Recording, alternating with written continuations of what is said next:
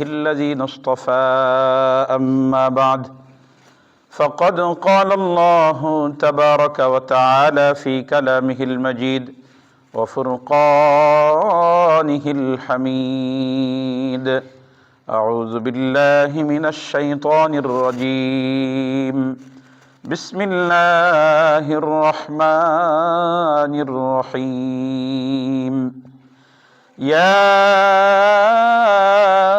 أيها الناس اتقوا ربكم إن زلزلة الساعة شيء عظيم وعن عائشة رضي الله تعالى عنها أنها قالت قال رسول الله صلى الله عليه وسلم يبعث الناس يوم القيامة حفاة عراة غرلا فقالت عائشة فكيف بالعورات قال رسول الله صلى الله عليه وسلم لكل امرئ منهم يومئذ شأن يغنيه أو كما قال عليه الصلاة والسلام وقال تعالى في شأن حبيبه محمد صلى الله عليه وسلم إن الله وملائكته يصلون على النبي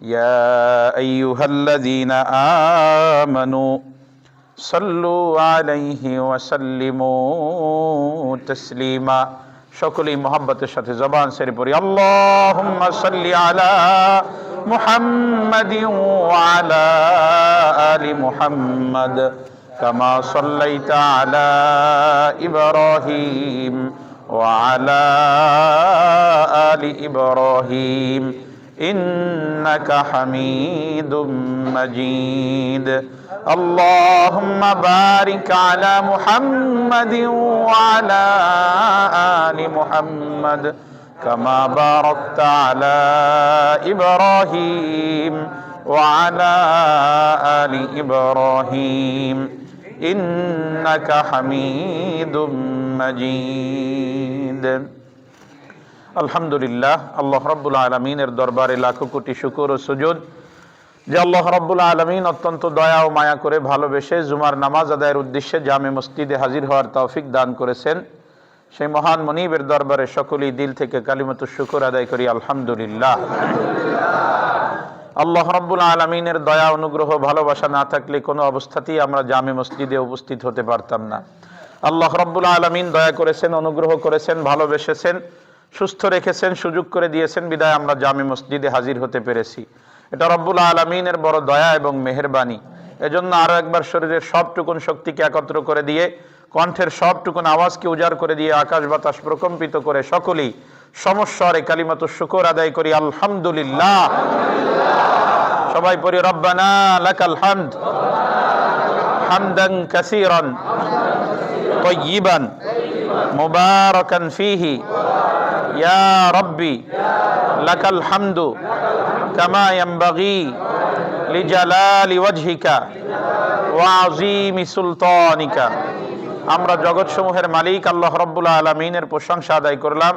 লাখো কোটি দরুদ ও সালাম বিশ্ব মানবতার কান্ডারি সাইয়্যিদুল মুরসালিন রাহমাতুল লিল আলামিন খাতামুন নবিয়্যিন নবিয়ুল আম্বিয়া নবিয়ুল মুরসালিন উম্মতের কান্ডারি নবী, দয়ার নবী, মায়ের নবী, বিশ্ব নবী, প্যারে নবী, রহমতের নবী মুহাম্মদুর রাসূলুল্লাহ।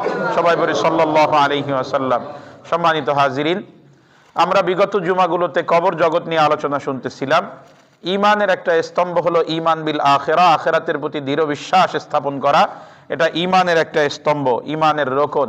এ ব্যাপারে আমরা আলোচনা শুনতে গিয়ে কবর জগৎ সম্পর্কে মোটামুটি অল্প বিস্তর আমরা আলোচনা শুনেছি। আজ আমরা কিয়ামতের ভয়াবহতা সম্পর্কে আলোচনা শুনবো ইনশাআল্লাহ। আল্লাহ রাব্বুল আলামিন আমাদেরকে উপকারী কিছু আলোচনা শোনার মতো তৌফিক দান করেন। সকলেই পড়েন আল্লাহুম্মা আমিন। আল্লাহ রাব্বুল আলামিন কালামে পাকের সূরাতুল হজ্জের প্রথম আয়াতের মধ্যে কিয়ামতের কথা বর্ণনা দেন। আল্লাহ রাব্বুল আলামিন বলেন, ইয়া আইয়ুহান নাস ইত্তাকু রাব্বাকুম, হে দুনিয়ার মানুষেরা, ইয়া আইয়ুহান নাস, হে লোক সকল, ইত্তাকু রাব্বাকুম, তোমরা তোমাদের রবকে ভয় করো, তোমাদের প্রতিপালককে ভয় করো। ইন্না জালজালাতাস সাআতি শাইউন আযীম, নিশ্চয়ই কিয়ামতের ভূমিকম্প, কিয়ামতের কম্পন এটা বড় ভয়াবহ ব্যাপার। কিয়ামত এটা বড় ভয়াবহ ব্যাপার, কিয়ামতের কম্পন এটা বড় ভয়াবহ ব্যাপার। তোমার এই জিন্দেগি শেষ নয়, এই জিন্দেগির পরে তোমাকে তোমার রবের সামনে দাঁড়াতে হবে। এই যে দুনিয়া তুমি দেখছো, এই দুনিয়া স্থায়ী নয়, এই দুনিয়া ধ্বংস হয়ে যাবে। এই দুনিয়ার পরে আল্লাহ রাব্বুল আলামিন আরেকটা জগৎ কায়েম করবেন, আখিরাতের জগৎ। কিয়ামতের ময়দান আল্লাহ রাব্বুল আলামিন কায়েম করবেন। ওই কিয়ামতের ময়দানে তোমাকে তোমার জীবনের হিসাব দিতে হবে। দুনিয়ার চাকচিক্য দেখে, রংতামাশা দেখে এর মধ্যে মত্ত হয়ে যেও না। আল্লাহ রাব্বুল আলামিনকে ভয় করো।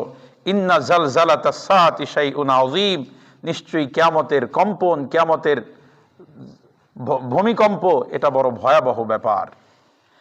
কিয়ামত যেদিন সংগঠিত হবে, এই যে আসমান আমরা দেখি, আসমানটা ফেটে যাবে, জমিন চূর্ণ বিচূর্ণ হয়ে যাবে, তারকারাজি খসে খসে পড়বে, সূর্যটা তার আলো হারিয়ে ফেলবে, চন্দ্রটা মলিন হয়ে যাবে, দুনিয়ার সব কিছু সেদিন ধ্বংস হয়ে যাবে। আল্লাহ রাব্বুল আলামিন কালামে পাকের মধ্যে বলেন, ইযাস সামাউ ফাতারাত, কিয়ামত যেদিন সংগঠিত হবে ওই দিন আসমান বিদীর্ণ হয়ে যাবে।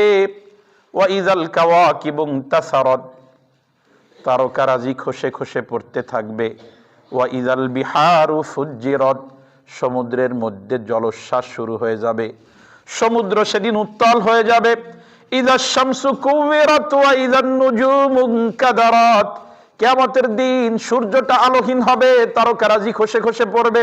ওয়া ইযাল জিবালু সুয়িরাত, পাহাড় সমূহ সেদিন বাতাসের সাথে উঠতে থাকবে।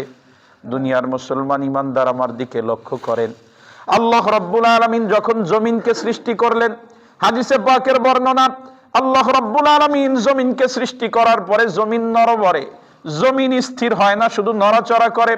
আল্লাহ রাব্বুল আলামিন জমিনকে স্থির করার জন্য জমিনের মধ্যে পেরেক স্বরূপ আল্লাহ তাআলা পাহাড়কে স্থাপন করেছেন। পড়েন সুবহানাল্লাহ।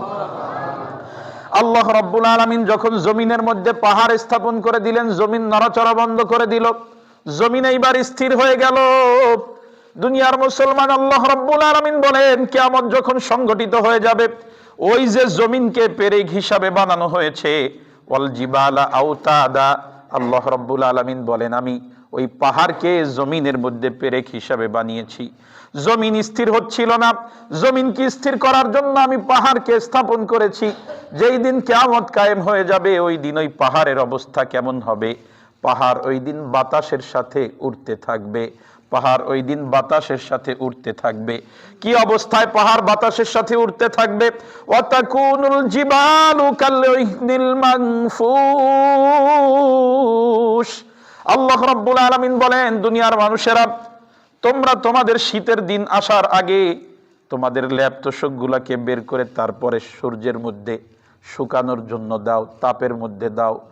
ওই ল্যাপ তোশক গুলা শুকানোর পরে বিকালবেলা ঘরে উঠিয়ে নিয়ে আসার আগে একটা লাঠি দিয়া ওটার উপরে কিছুক্ষণ পিটাপিটি করো, যাতে করে ময়লাগুলো উড়ে যায়। যখন ওখানে পিটাপিটি করবা, তখন তাকায় দেখবা সূর্যের আলোক রশ্মির মধ্যে দেখা যায় ওই যে তুলার কণাগুলো বাতাসের সাথে উঠতে থাকে। আল্লাহ রাব্বুল আলামিন বলেন, ওয়াতাকুনুল জিবালু কাল-ইহনিল মানফুশ। যেদিন কিয়ামত কায়েম হয়ে যাবে, ওই ধুনিত তুলার মতো, তুলার কণার মতো টুকরা টুকরা হয়ে পাহাড়গুলো বাতাসের সাথে উঠতে থাকবে। দুনিয়ার মুসলমান ইমানদার, এইবার একবার চিন্তা করে দেখেন, জমিনকে স্থির করার জন্য আল্লাহ রাব্বুল আলামিন পাহাড় স্থাপন করেছে। ওই পাহাড়ের অবস্থাই যদি হয় তুলার কণার মতো বাতাসের সাথে উঠতে থাকে, তাহলে ওই দিন জমিনের অবস্থাটা কি হবে? জমিনের বড় ভয়াবহ অবস্থা হয়ে যাবে। আল্লাহ রাব্বুল আলামিন কালামে পাকের মধ্যে বলেন, ইযা জুলজিলাতিল আরদু জিলজালাহা, জমিন সেই দিন ভয়ানক প্রকম্পনে প্রকম্পিত হবে। জমিনের মধ্যে ওই দিন সবচেয়ে বড় ভূমিকম্প হবে। ওই দিন জমিন সবচেয়ে বড় কম্পন সৃষ্টি করতে থাকবে, এমন অবস্থায় কাঁপতে থাকবে, জমিন টুকরা টুকরা হয়ে যাবে, জমিন ফেটে যাবে। ওয়া আখরাজাতিল আরদু আসকালাহা, জমিনের মধ্যে যে সকল ভারী বস্তুগুলো আছে, জমিন এগুলোকে বের করে দিবে। জমিনের মধ্যে ভয়াবহ ভূমিকম্প শুরু হবে, জমিনের মধ্যে ভারী বস্তুগুলো জমিন সব বের করে দিবে। মানুষ এই অবস্থা দেখে বলতে থাকবে, ওয়াকালাল ইনসানু মা লাহা, হায় আজ জমিনের কি হলো, জমিন আজ এমন করে কেন, জমিনের তো এই রূপ আমরা কোনোদিন দেখি নাই, জমিন এমন ভাবে কাঁপতে শুরু করলো কেন, জমিন এইভাবে ফেটে ফেটে যাচ্ছে কেন, জমিন এইভাবে টুকরো টুকরো হয়ে যাচ্ছে কেন, পাহাড়গুলো কেন বাতাসের সাথে উঠতে শুরু করলো।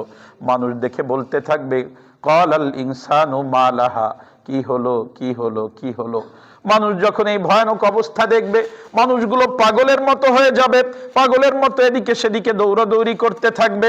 আল্লাহ রাব্বুল আলামিন বলেন আল কারিয়াতু মাল কারিয়াতু ওয়া মা আদরাকা মাল কারিয়া, মহাপ্রলয়, তোমরা কি জানো এই মহাপ্রলয় কোন জিনিস? যেই দিন মহাপ্রলয় শুরু হয়ে যাবে, ইয়াউমা ইয়াকুনুন নাসু কাল ফারাশিল মাবসুস, বিক্ষিপ্ত পতঙ্গের ন্যায় মানুষগুলো পাগলের মতো দৌড়াদৌড়ি করতে থাকবে। আলো জ্বালানোর পরে, আগুন জ্বালানোর পরে একদল পতঙ্গ আছে, নিজের কোনো হুঁশ থাকে না, ওই আগুনের মধ্যে ঝাঁপ দিয়ে আত্মহুতি দেয়, আগুনের দিকে ছুটতে থাকে, কোনো হুঁশ নাই। কিয়ামত যখন সংগঠিত হবে, কিয়ামতের ভয়াবহতা দেখে মানুষগুলো পাগলের মতো হয়ে যাবে, বিক্ষিপ্ত পতঙ্গের মতো এদিকে সেদিকে দৌড়াদৌড়ি করতে থাকবে। কত বড় ভয়াবহ অবস্থা হবে। আল্লাহ রাব্বুল আলামিন সূরাতুল হজ্জের 2 নম্বর আয়াতের মধ্যে বলেন ইয়াউমা তারাউনাহা তাযহালু কুল্লু মুরদিআতিন আম্মা আরদাত ওয়া তাদাউ কুল্লু যাতি হামলিন হামলাহা।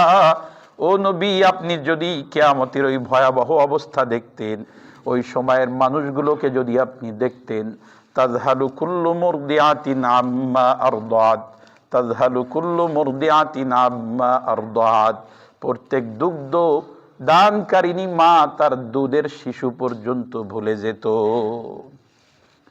অবস্থা কতটুকু ভয়াবহ হলে একজন মা তার দুধের সন্তানকে ভুলে যেতে পারে? দুনিয়ার মধ্যে স্বাভাবিক কোন অবস্থা এমন সৃষ্টি হয় না যে অবস্থায় মা তার সন্তানকে ভুলে যেতে পারে। কথা বলেন ঠিক কি না?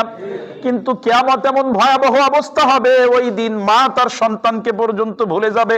বড় সন্তান এমন না, কোলের সন্তান, যেই সন্তান মায়ের দুধ পান করে, এইরকম সবচেয়ে আদরের সন্তানটাকে পর্যন্ত মা ভুলে যাবে।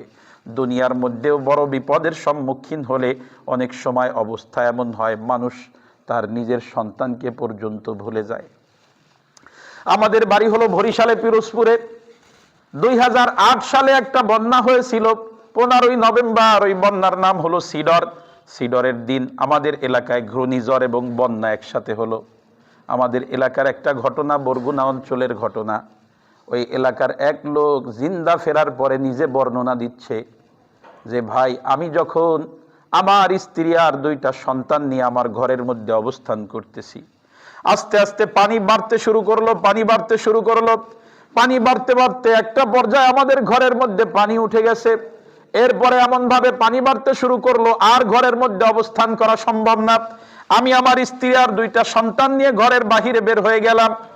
আল্লাহ পাক রব্বুল আলামিন যা করেন তাই হবে, আল্লাহর উপরে ভরসা করে বের হয়ে গেলাম। আমার 2টা সন্তান আমি 2 কোলের মধ্যে নিয়ে 2 হাত দিয়া চাপটে ধরে আছি, আর আমার স্ত্রী আমাকে ধরে দাঁড়িয়ে আছে। কিছুক্ষণ পরে হঠাৎ করে একটা পানির ঢেউ এসে আমার স্ত্রীকে ভাসায় নিয়ে গেছে। এখন শুধু 2টা সন্তানরে নিয়ে আমি অবস্থান করতেছি। কিছুক্ষণ পরে অবস্থা এমন হলো, আমি আমার বড় সন্তানকে নিয়ে আর সাঁতার কাটতে পারি না, পায়ের নিচ থেকে মাটি সরে গেছে, পানির উপরে হাবুডুবু খাচ্ছি। আমি আমার বড় সন্তানকে বললাম, বাবা, তোমারে আর রাখা আমার সম্ভব হবে না, তুমি আমার গলাটা ছেড়ে দাও, যে অবস্থা হয় হবে, আল্লাহ যদি রক্ষা করেন তাহলে রক্ষা পাবা, আমার পক্ষে তোমাকে আর সাহায্য করা সম্ভব নয়। বাবা বড় সন্তানকে পানির মধ্যে ছেড়ে দিল। বাবা এবার বলে, কিছুক্ষণ পরে পানি যখন বাড়তে শুরু করেছে, আমি হাবুডুবু খাচ্ছি, আমার ছোট সন্তান 3-4 বছর বয়স আমার গলার মধ্যে জড়ায় ধইরা তারপরে আমার সাথে আছে।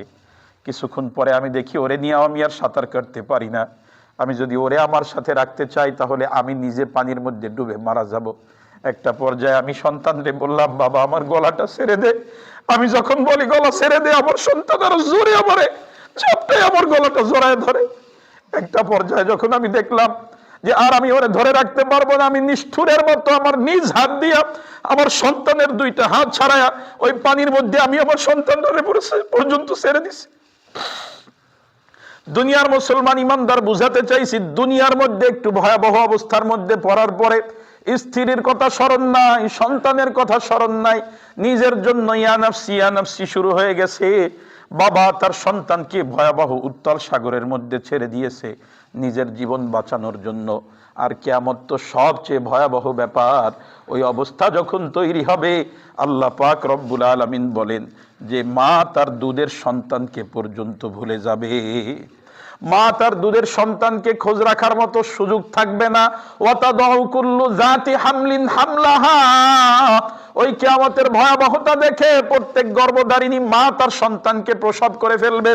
দুনিয়ার মুসলমান ইমানদার, এটা আশ্চর্য কোনো ব্যাপার না। আপনারাও জানেন, আমাদের ঘরে স্ত্রীরা আছে, এরা যখন গর্ভবতী হয় অনেক সময় ভয় পাওয়ার কারণে তাদের গর্ভ নষ্ট হয়ে যায়। কথা বলেন ঠিক কিনা? বাতাস লাগার কারণে, কোনো জিনিস দেখে ভয় পাওয়ার কারণে, অতিরিক্ত ভয় পেলে অনেক সময় গর্ভ নষ্ট হয়ে যায়। তো কিয়ামত যখন কায়েম হয়ে যাবে, চতুর্দিকে ভূমিকম্প শুরু হয়ে যাবে, বাতাসের মধ্যে পাহাড়গুলো উঠতে থাকবে, সব দিকে শুধুমাত্র ধ্বংসযজ্ঞ চলে, মহাপ্রলয় শুরু হয়ে গেছে। ওই অবস্থা দেখার পরে মায়েরা তাদের গর্ভের সন্তানগুলো প্রসব করে ফেলবে। আল্লাহ পাক রব্বুল আলামিন বলেন وَتَضَعُ كُلُّ ذَاتِ حَمْلٍ حَمْلَهَا وَتَرَى النَّاسَ سُكَارَى। ও নবী, আপনি যদি ওই মানুষগুলোকে দেখতেন তাহলে মনে হতো ওই মানুষগুলো পাগলের মতো দৌড়াতে থাকবে, মাতালের মতো দৌড়াতে থাকবে।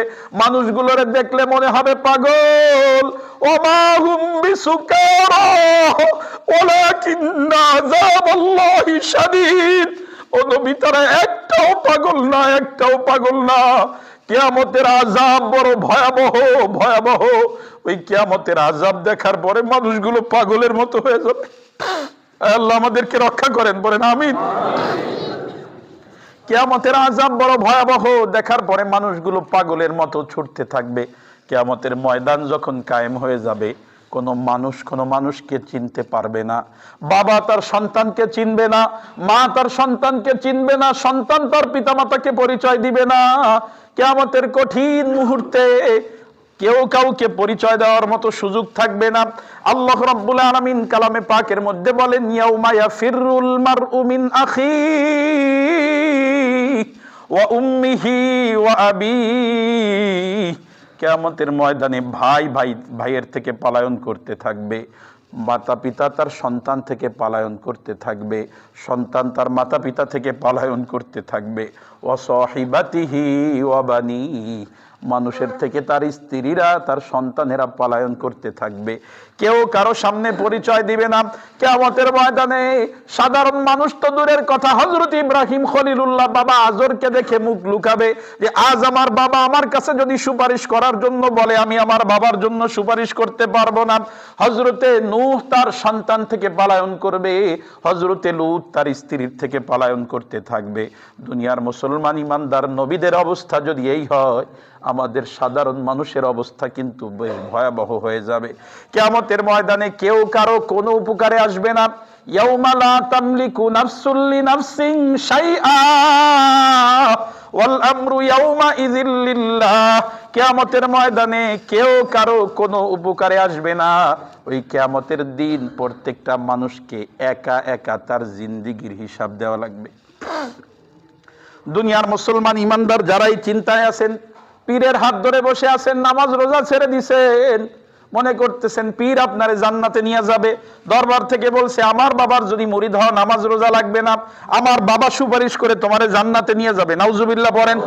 দুনিয়ার মুসলমান ইমানদার কিয়ামতের ময়দানে নবীদের সুপারিশ করে, আল্লাহর অনুমতি ছাড়া কোন নবীরা পর্যন্ত কাউকে সুপারিশ করতে পারবে না। সেখানে আপনার ভণ্ড পীরের তো কোনো প্রশ্নই আসে না। আওয়াজ দিয়া বলেন ঠিক কি না? এজন্য মুসলমান ইমানদার কিয়ামতের ময়দানে প্রত্যেক ব্যক্তিকে নিজে নিজে তার হিসাব দেওয়া লাগবে।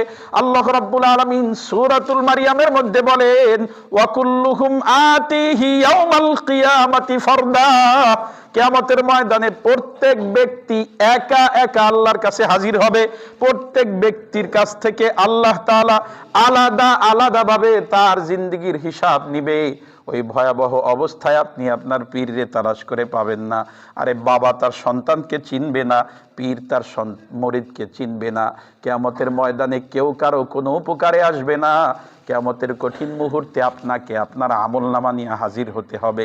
আল্লাহর হাবিব সাল্লাল্লাহু আলাইহি ওয়াসাল্লাম হযরতে ফাতেমাকে লক্ষ্য করে বলেন, ইয়া ফাতিমা আনকিজি নাফসাকি মিনান নার। ও ফাতিমা, আমি তোমার বাবা মুহাম্মাদুর রাসূলুল্লাহ দোজাহানের বাদশা, এজন্য তুমি আমল আখলাক ছেড়ে দিও না। তুমি এই চিন্তা করে বসে থেকো না যে আমি তো দোজাহানের বাদশার কন্যা, আমি তো রসুলের কন্যা, আমি তো এমনি এমনি নাজাত পেয়ে যাব। এই চিন্তা করে বসে থাকো না। আনকিজি নাফসাকি মিনান নার, তুমি তোমার নিজেকে আমলের মাধ্যমে, ঈমানের মাধ্যমে জাহান্নামের আগুন থেকে বাঁচাও। এজন্য দুনিয়ার মুসলমান ঈমানদার কোনো অবস্থাতেই আমল ছেড়ে দেওয়া যাবে না। সর্ব অবস্থায় কিয়ামতের জন্য প্রস্তুতি গ্রহণ করতে হবে। ওই ভয়াবহ মুহূর্তে আপনার আমার জন্য একমাত্র সহায় হলেন আল্লাহ। আল্লাহ রাব্বুল আলামিনের দয়া যদি আপনার আমার উপরে না হয়, কিয়ামতের ময়দানে বাঁচার মতো আর কোনো উপায় নাই। এজন্য কিয়ামত এটা বাস্তবে হবেই হবে। কিয়ামতের ময়দানে আপনাকে আমাকে দাঁড়াতে হবে। ওই দিন কেউ কাউকে চিনবে না। আরে চেনা তো দূরের কথা, হাদিসের ভাষ্য কত ভয়াবহ। হযরতে আয়েশা সিদ্দিকা রাদিয়াল্লাহু তাআলা আনহা থেকে হাদিস বর্ণিত, তিনি বলেন, ক্বালা রাসূলুল্লাহ সাল্লাল্লাহু আলাইহি ওয়াসাল্লাম ইউবাসুন নাসু ইয়াউমাল কিয়ামাতি হুফাতান উরাতান গুরলা। রাসূলুল্লাহ সাল্লাল্লাহু আলাইহি ওয়াসাল্লাম বলেন, কিয়ামতের ময়দানে মানুষকে উঠানো হবে হুফাতান, খালি পায়ে, পায়ের মধ্যে কোনো জুতা থাকবে না, উরাতান, উলঙ্গ অবস্থায়, শরীরের মধ্যে কোনো পোশাক থাকবে না, গুরলা, খতনাবিহীন অবস্থায় কিয়ামতের ময়দানে উঠানো হবে। আম্মাজানের সামনে আল্লাহর হাবিব যখন এই হাদিস বর্ণনা করলেন, আম্মাজান আয়েশা সিদ্দিকা রাদিয়াল্লাহু তাআলা আনহা আল্লাহর হাবিবকে লক্ষ্য করে বলেন, ইয়া রাসূলুল্লাহ, ইয়া হাবিবাল্লাহ, ফাকাইফা বিল আওরাত। ও আল্লাহর হাবিব, কিয়ামতের ময়দানে যদি কারো পরনে কোনো কাপড় না থাকে, যদি আমরা সবাই উলঙ্গ অবস্থায় থাকি, তো আমাদের লজ্জা স্থানের কি হবে? মানুষ কি একজন আর একজনের লজ্জা স্থান দেখে নিবে না? আমি আয়েশার সেদিন লজ্জা কই থাকবে? আমি আয়েশার দিকে কি মানুষ তাকাবে না? আল্লাহর হাবিব উত্তর করে না, মুখ বুজে বসে আছেন। হযরতে জিবরিল আমিন আলাইহিস সালাতু ওয়াস সালাম আয়াত নিয়ে আল্লাহর হাবিবের দরবারে হাজির হয়ে গেছেন। সূরাতু আবাসার আয়াত নিয়ে হযরতে জিবরিল আমিন হাজির হয়ে গেলেন। হযরতে জিবরিল আমিন এসে বলেন, ও নবী, আপনার প্রিয়তমা স্ত্রীকে শোনায় দেন, লিকুল্লি ইমরিইম মিনহুম ইয়াউমা ইযিন শা'নুন ইউগনি। কিয়ামত বড় ভয়াবহ ব্যাপার হবে, স্বাভাবিক বিষয় না। ও আয়েশা, তুমি চিন্তা করতেছো মানুষ মানুষের লজ্জা স্থানের দিকে তাকাবে কিনা? আরে কিয়ামত এত ভয়াবহ বিষয়, প্রত্যেকটা মানুষকে ওই কিয়ামতের ভয়াবহতা এমন ব্যস্ত রাখবে যে অন্যের পরনে কাপড় আছে তো দূরের কথা, নিজের পরনে কাপড় আছে কিনা এই চিন্তা করার মতো সুযোগ থাকবে না। এই চিন্তা করার মতো সুযোগ থাকবে না। ওই কিয়ামতের ভয়াবহ অবস্থায় ওই চিন্তা করার মতো সুযোগ নাই। এজন্য দুনিয়ার মুসলমান ঈমানদার আপনাকে আমাকে অবশ্যই অবশ্যই ওই কিয়ামতের জন্য প্রস্তুতি গ্রহণ করতে হবে। কিয়ামতের এই ভয়াবহ ময়দানের মধ্যে আল্লাহ রাব্বুল আলামিন মানুষকে অনেকগুলো বিষয়ের সম্মুখীন করবেন। কিয়ামতে আল্লাহ রাব্বুল আলামিন মানুষকে আমলনামা প্রদান করবেন, মানুষের আমলনামা ওজন করার জন্য মিজানের পাল্লায় স্থাপন করবেন। আবার মানুষকে আল্লাহ রাব্বুল আলামিন জান্নাতে যাওয়ার জন্য একটা পুল পাড়ায় যাওয়ার ব্যবস্থা করবেন। কিয়ামতের ময়দানে আল্লাহ তাআলা হাউজে কাউসারের বর্ণনা দিবে, হাউজে কাউসার আল্লাহ তাআলা দান করবেন। এরকম ভাবে কিয়ামতের ময়দানে মানুষ অনেকগুলো বিষয়ের সম্মুখীন হবে। তার মধ্যে সর্বপ্রথম যেই বিষয়ের সম্মুখীন হবে ওইটা হলো 5টা প্রশ্নের উত্তর দেওয়ার আগ পর্যন্ত কিয়ামতের ময়দানে একজন মানুষ তার একটা পা এদিকে সেদিকে নাড়াচাড়া করার মতো সুযোগ পাবে না। আল্লাহর হাবিব সাল্লাল্লাহু আলাইহি ওয়াসাল্লাম বলেন, লা তাযালু কদাম ইবনি আদম হাত্তা ইউসআলা আন খামসিন। কিয়ামতের ময়দানে বনি আদম 5টা প্রশ্নের উত্তর দেওয়ার আগ পর্যন্ত একটা কদম এদিকে সেদিকে নড়াচড়া করতে পারবে না। 5 প্রশ্নের উত্তর আল্লাহর দরবারে দিতে হবে। 5 প্রশ্নের উত্তর দেওয়ার আগ পর্যন্ত বনি আদম তার একটা কদম নড়াচড়া করতে পারবে না। 1 নাম্বার হলো আন উমরিহি ফিমা আফনাহু। প্রত্যেক মানুষকে তার জীবন সম্পর্কে প্রশ্ন করা হবে, তুমি তোমার জীবনটাকে কোন পথে ব্যয় করেছো। তোমার জন্ম থেকে মৃত্যু পর্যন্ত আল্লাহর দরবারে হিসাব দিতে হবে। তোমার জীবন কোন পথে ব্যয় হয়েছে। তুমি কি আল্লাহ পাকের গোলামিতে জীবন ব্যয় করেছো নাকি আল্লাহর নাফরমানিতে তোমার জীবন ব্যয় হয়েছে। প্রত্যেকটা মানুষকে তার জীবনের হিসাব দেওয়া লাগবে। জীবনের হিসাব না দিয়ে একটা কদম এদিকে সেদিকে নড়াচড়ার সুযোগ থাকবে না। 2 নাম্বার হলো ওয়ান শাবাবিহি ফিমা আবলাহু। প্রত্যেক মানুষকে তার যৌবন সম্পর্কে প্রশ্ন করা হবে। প্রত্যেকটা মানুষকে তার যৌবনের ব্যাপারে প্রশ্ন করা হবে যে তুমি তোমার যৌবনটাকে কোন কাজের মধ্যে লিপ্ত রেখেছিলা। ফিমা আবলাহু, কোন কাজে তুমি তোমার যৌবনকে লিপ্ত রেখেছিলা। আমি আল্লাহ রাব্বুল আলামিন তোমাকে জীবন দিয়েছিলাম, এই জীবনের মধ্যে আবার একটা বিশেষ সময় দিয়েছিলাম যৌবন। যৌবন মানুষের জীবনের বিশেষ সময়। মানুষ যৌবনে তার জীবনের সার্বিক সফলতা লাভ করতে পারে। মানুষ যৌবনে আল্লাহ পাকের সান্নিধ্য অর্জন করতে পারে। আল্লাহ রাব্বুল আলামিনের কাছে যৌবনের ইবাদত বড় পছন্দনীয়। পড়েন সুবহানাল্লাহ। কোন বান্দা যদি যৌবনে আল্লাহ পাকের ইবাদত করে, তার যৌবনটা আল্লাহর ইবাদতে কাটায়, কাল কিয়ামতের ওই কঠিন মুহূর্তে যেদিন আল্লাহর ছায়া ছাড়া আর কোনো ছায়া থাকবে না, আল্লাহ রাব্বুল আলামিন ওই দিন ওই যুবককে আরশে আজিমের নিচে ছায়া দান করবেন। পড়েন সুবহানাল্লাহ। দুনিয়ার মুসলমান ইমানদারের জন্য আলাদাভাবে যৌবনের প্রশ্ন করা হবে। তুমি তোমার যৌবন কোন পথে ব্যয় করেছো। তুমি কি আমি আল্লাহর গোলামিতে ব্যয় করেছো না আমার নাফরমানিতে ব্যয় করেছো। আমি আল্লাহ রাব্বুল আলামিন তোমাকে দুনিয়ার জমিনে খলিফা হিসাবে প্রেরণ করেছিলাম।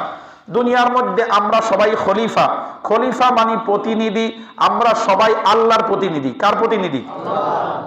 দুনিয়ার মধ্যে যত মানুষ আছে সবাই হলো আল্লাহর প্রতিনিধি। দুনিয়ার কোন দলের প্রতিনিধি না, দুনিয়ার কোন মানুষের প্রতিনিধি না। আমরা দুনিয়ার মধ্যে প্রতিনিধিত্ব করব একজন, আর তিনি কে? একমাত্র আল্লাহর প্রতিনিধিত্ব করার জন্য আল্লাহ তাআলা আমাদেরকে দুনিয়ার জমিনে পাঠিয়েছেন। কি প্রতিনিধিত্ব করব?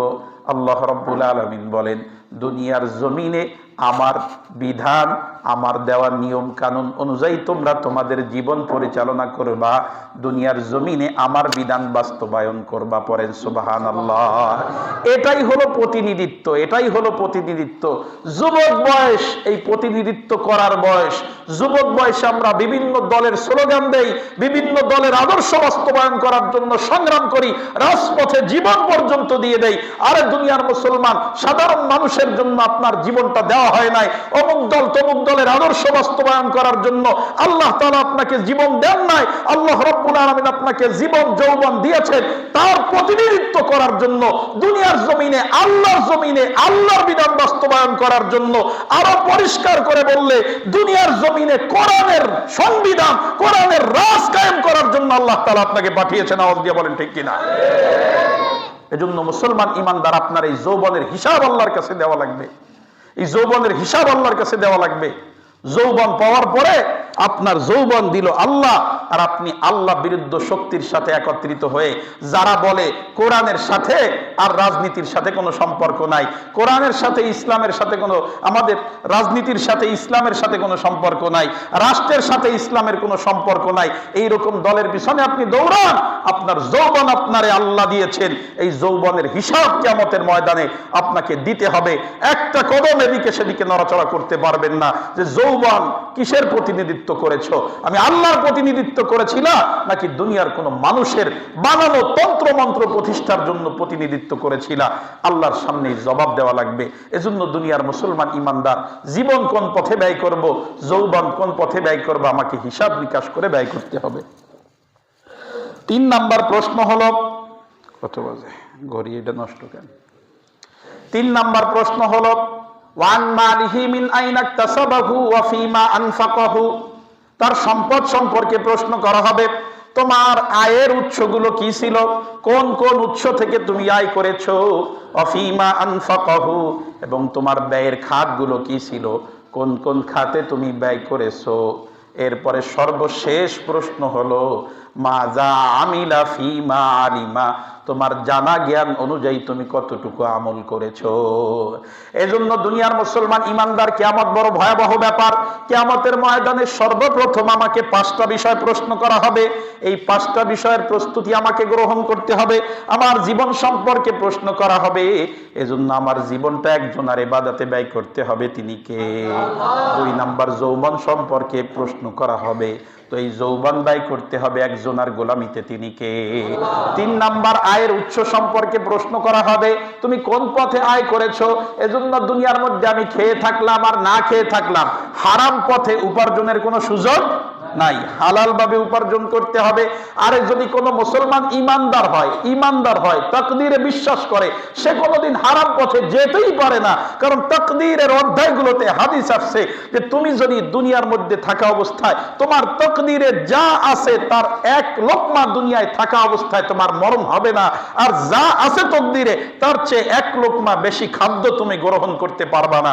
এজন্য তুমি হালাল পথে চলো আর হারাম পথে চলো, যে পথেই চলো না কেন, তোমার তাকদীরে আল্লাহ যতটুকু বাজেট রাখছে তার চেয়ে বেশি পাওয়ার কোনো সুযোগ নাই। তো একজন ইমানদার যদি এটা বিশ্বাস করে, তাহলে সে কিভাবে আবার হারাম পথে যায়? কারণ তার তো এটা বিশ্বাস থাকবে যে আমি যে ইনকামের পথ অবলম্বন করেছি এটা ওসিলা মাত্র, রিজিক দেওয়ার মালিক কে? আল্লাহ। তো এই জন্য সে তো হালাল পথেই থাকবে। আর 3 নাম্বার হলো অফিমা, 4 নাম্বার অফিমা আনফাকাহু, যে তুমি তোমার সম্পদ কোন পথে ব্যয় করেছো। ব্যয়ের খাতগুলা সম্পর্কে প্রশ্ন করা হবে যে আমার সম্পদ আমি কি আল্লাহর রাস্তায় ব্যয় করলাম নাকি আল্লাহর নাফরমানিতে ব্যয় করলাম। বড় কনসার্ট হইছে, অমুক কনসার্টে গানের অনুষ্ঠান, আয়োজক হইলাম আমি, নাউজুবিল্লাহি মিন যালিক। এই ফটোটা যদি ফেরেশতারা তুইলা রাখে, কিয়ামতের ময়দানে দেখাইলে অবস্থাটা কি হবে একটু চিন্তা করেন। বড় কনসার্ট, গানের অনুষ্ঠান হইছে, আয়োজক হইলাম সৌজন্যে অমুক অমুক অমুক অমুক, আমার অর্থে এটা হচ্ছে। কিয়ামতের ময়দানে আল্লাহ যদি জিজ্ঞাসা করে, সম্পদ আমি দিলাম, এই সম্পদ দিয়া তুই আমার নাফরমানিতে ব্যয় করছে, এই অধিকার তোকে কে দিল? আর 5 নম্বর প্রশ্ন হলো মাজা আমিলা ফিমা আলিমা, আমার জানা জ্ঞান অনুযায়ী আমি কতটুকু আমল করেছি। আল্লাহ রাব্বুল আলামিন আমাদের সকলকে এই কিয়ামতের ভয়াবহতা অনুধাবন করে কমপক্ষে 5টা প্রশ্নের উত্তর ঠিক করে দুনিয়ার থেকে বিদায় নেওয়ার মতো তৌফিক দান করেন। ওয়া মা তাওফীকি ইল্লা বিল্লাহ। আসসালামু আলাইকুম ওয়া রাহমাতুল্লাহ। যারা সুন্নাত